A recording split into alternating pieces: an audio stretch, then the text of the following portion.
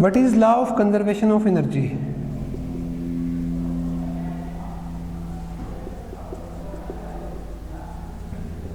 Law of conservation of energy ये है कि एनर्जी की टोटल क्वांटिटी सेम रहेगी, लेकिन ये एक शक्ल से दूसरी शक्ल में चेंज हो सकती है. Energy can change it's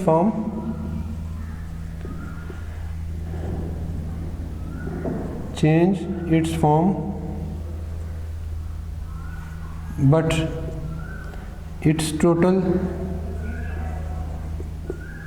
value remain conserved या constant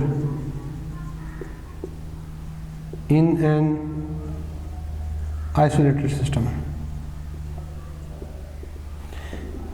किसी भी सिस्टम में एनर्जी एक शक्ल से दूसरी शक्ल में चेंज होगी, लेकिन इसकी टोटल मिकदार, टोटल क्वांटिटी सेम रहेगी. Energy can change it's form but the total energy remain conserved.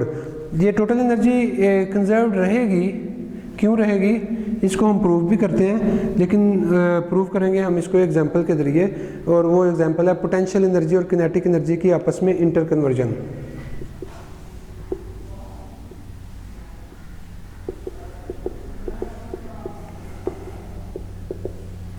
Inter conversion of potential energy and kinetic energy. इसके ज़रिए, इस एग्जांपल के ज़रिए हम अपने law of conservation of energy को प्रूव करेंगे कि energy can change it's form. Energy एक शेप से दूसरी में जा सकती है, लेकिन इसकी टोटल क्वांटिटी क्या रहेगी? सेम. तो inter conversion of potential energy and kinetic energy में 3 स्टेप्स हैं. पहला स्टेप ये है कि हम प्रूव करेंगे कि टोटल एनर्जी डिफरेंट पॉइंट्स पे सेम रहती है. दूसरे स्टेप में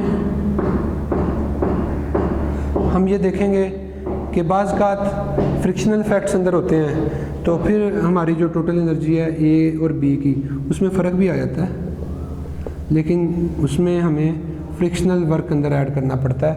तो ये हिस्सा फ्रिक्शन वाला है, जो अगर ऐड ना करें तो हमें लगता है शायद एनर्जी इक्वल नहीं रही, जबकि वो एनर्जी फ्रिक्शन की सूरत में, फ्रिक्शनल वर्क की सूरत में अंदर मतलब फ्रिक्शन के ज़रिए असर वर्क में चेंज हुई होती है. स्टेप 3 में हम ये प्रूव करेंगे कि एनर्जी गेन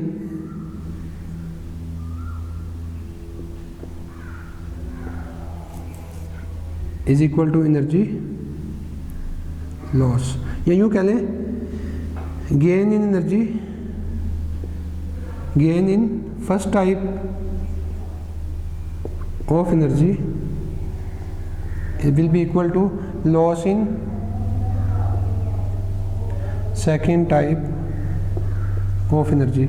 आपकी बुक के हिसाब से अगर चला जाए तो ये स्टेप नंबर 1 है, ये स्टेप नंबर 2 है.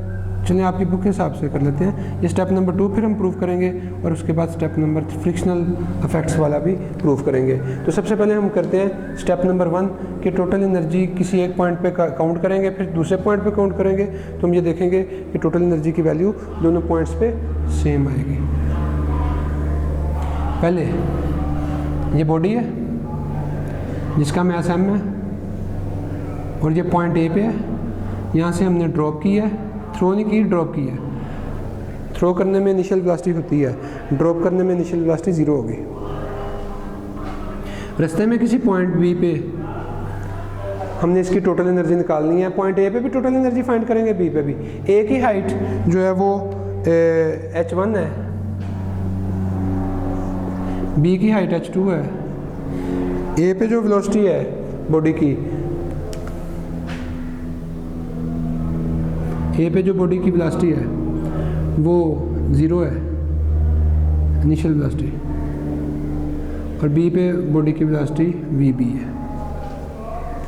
ए से बी तक जो बॉडी ने डिस्टेंस कवर किया है वो x है. x distance is travelled by the body. अब पॉइंट ए पे टोटल एनर्जी फाइंड करते हैं. Total energy at point A will be equal to, here are 2 types of the energy involved, potential energy and kinetic energy. फिलहाल हम friction को अंदर involve नहीं कर रहे. Potential energy at point A plus kinetic energy at point A. तो total energy at point A will be equal to potential energy is equal to mg h1, mg h1 potential energy है point A पे, और kinetic energy है half m zero square because the velocity at the point A is zero. It's mean total energy at the point A will be equal to mg h1.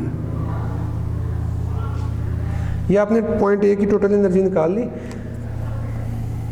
इस equation को आप equation x कह लें. अब हम point B पे भी total energy निकालते हैं. पॉइंट बी की टोटल एनर्जी निकालने से पहले पॉइंट बी की वेलोसिटी फाइंड करनी पड़ेगी.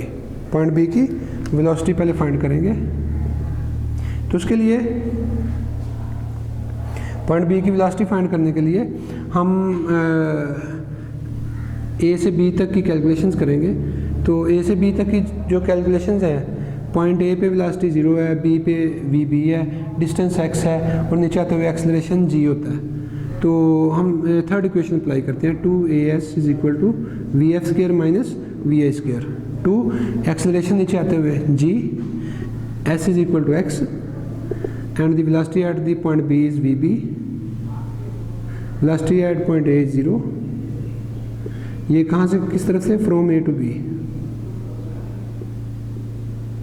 ये टू बी की कैलकुलेशन है. तो 2gx is equal to V square. Now we will find the total energy at point B. Total energy at point B will be equal to potential energy at point B plus kinetic energy at point B. Potential energy at point B, इस point B पे जो potential energy होगी वो होगी mgh2. Height अब h2 रह चुकी है, प्लस किनेटिक एनर्जी होगी half mv square point B की वेलोसिटी. अब आप देखें ये h2 जो है, अगर यहाँ से आप देखें h1 जो है वो इक्वल है x प्लस h2 के. h1 is equal to x plus h2. तो यहाँ से हम कह सकते हैं कि h2 की जो वैल्यू आएगी वो होगी h1 माइनस x. ये h1 और ये x. तो वैल्यूज पुट करें. mg h1 minus x plus half m, ये वी बी स्क्र की वैल्यू यहाँ पुट करें 2gx. तो mg h1 माइनस mgx 2 से कैंसिल प्लस mgx से कैंसिल. तो आंसर हमारा आ गया mg h1. Total energy at point B is mg h1. that is equation y. अब आप खुद देख लें कि x इक्वेशन में और y इक्वेशन में टोटल एनर्जी ये ज़्यादा है या ये ज़्यादा है. तो हम कहेंगे दोनों इक्वल हैं. तो इस तरह हमारा स्टेप 1 प्रूफ हो गया कि total energy at point B is equal to total energy at point A. इसी तरह हम अगर ग्राउंड पे पॉइंट C ले लें और उसकी टोटल एनर्जी निकालें तो that will also the same. लेकिन फ़र्क ये पड़ा कि शुरू में सारी एनर्जी पोटेंशियल थी. अब यहाँ पे दोनों एनर्जीज आ गई हैं, पोटेंशियल भी और किनेटिक भी आ चुकी है. जबकि ग्राउंड पे सारी की सारी एनर्जी किनेटिक बन चुकी होगी. इसका मतलब है वही पोटेंशियल एनर्जी जो बॉडी के पास स्टार्टिंग में थी वो नीचे जाते हुए किनेटिक में चेंज होती जा रही है, और पोटेंशियल एनर्जी कम होती जा रही है. पहले इतनी थी अब इतनी हो गई है. किनेटिक एनर्जी पहले नहीं थी अब इतनी हो गई है, और नीचे पहुंच के सारी की सारी पोटेंशियल एनर्जी किनेटिक एनर्जी में चेंज हो चुकी होगी. इस तरह एनर्जी अपनी शक्ल को तो चेंज कर गई. Energy can change it's form but it's total quantity remain same. Second part इसका हमने जो प्रूव करना है वो ये था कि gain in one type is equal to loss in second type. तो स्टेप 2 को प्रूव करते हैं. अब स्टेप 2,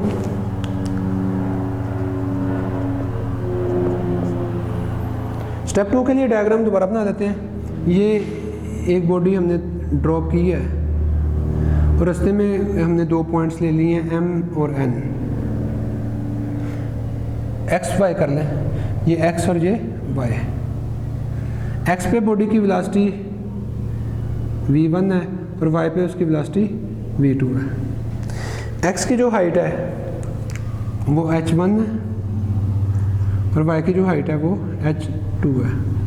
ये हाइट्स भी आ गई, इसके अलावा वेलोसिटीज भी आ गई. ये v1 वेलोसिटी यहाँ से गुजरते हुए बॉडी की थी और यहाँ से पास होते हुए उसकी वेलोसिटी v2 थी.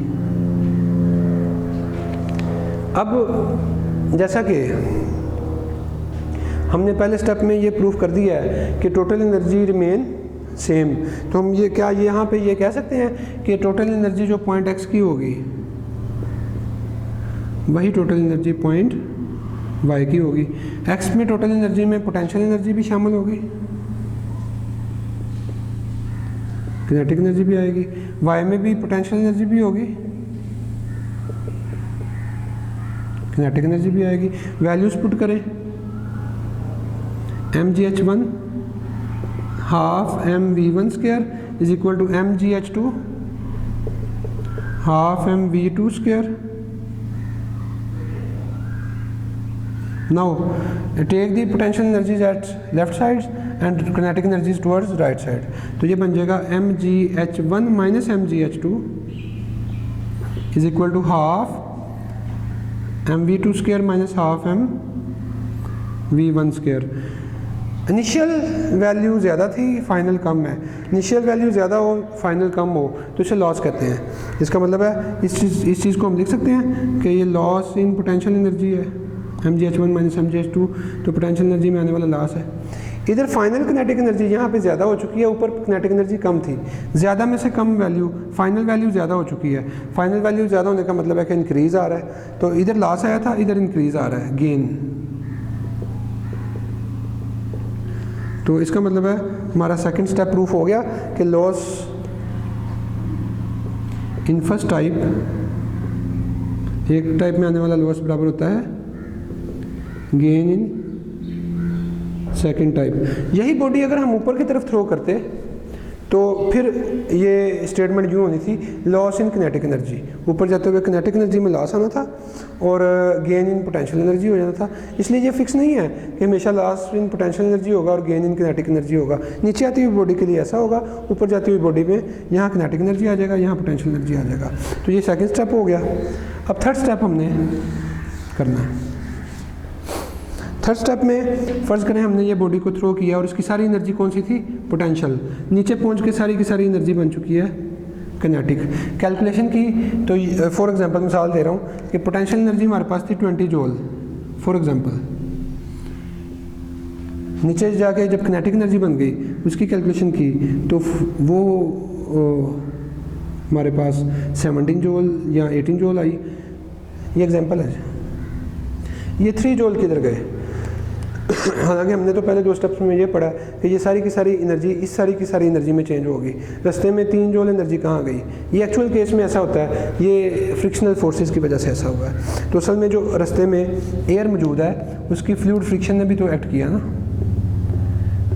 उसके फ्लूइड विस्कोसिटी की वजह से फ्लूइड ड्रैग फोर्स जिसे आप कहते हैं उसने भी एक्ट किया, और ये ड्रैग फोर्स अपोजिट एक्ट करती है और ये सारी हाइट में एक्ट करती है।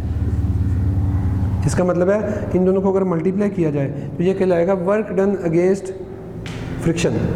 ये वर्क जो है ये 3 जूल आएगा जो कमी हुई है, जो एग्जांपल में हमने ली है। तो हम यहाँ पे यूँ कह सकते हैं कि यहाँ पे हमने टोटल एनर्जी इनपुट दी थी mgh और हमें नीचे पहुँच के ये एनर्जी बन गई हाफ mv स्क्वायर। ये 20 था, ये 17 है और ये तो इक्वल नहीं हो सकते, तो हमें साथ 3 तो लगाना पड़ेगा। तो ये 3 जो हमने लगाना है, 20 को 17 + 3 करना है, ये 3 आपका ये FH है। इस FH को क्या कहते हैं? इसे कहते हैं वर्क डन अगेंस्ट फ्रिक्शन। तो law of conservation of energy के मुताबिक हमारी एनर्जी ज़ाया तो नहीं हुई, वो तो frictional work done against the friction में ज़ाहिर हो गई है। इसलिए अगर ऐसा होता है कि 20 जूल एनर्जी नीचे पहुंच के 17 जूल बन रही है तो हम ये नहीं कहेंगे कि ये law of conservation of energy के ख़िलाफ़ है बात, बल्कि ये हमारी एनर्जी में लॉस नहीं हुआ, बल्कि ये वर्क डन हुआ है अगेंस्ट दी फ्लूइड फ्रिक्शन, यहाँ फ्रिक्शनल इफेक्ट्स। तो ये था जी law of conservation of energy. Step 1 में हमने प्रूव किया कि टोटल एनर्जी सेम रहती है। स्टेप 2 में हमने प्रूव किया कि एक टाइप में जो कमी होगी दूसरी टाइप में उतना इजाफा होगा, और तीसरे स्टेप में हमने ये प्रूव किया कि फ्रिक्शनल वर्क भी अगर अंदर शामिल किया जाए तो इक्वेशन ये बनेगी, first type of energy is equal to second type of energy plus work done against friction.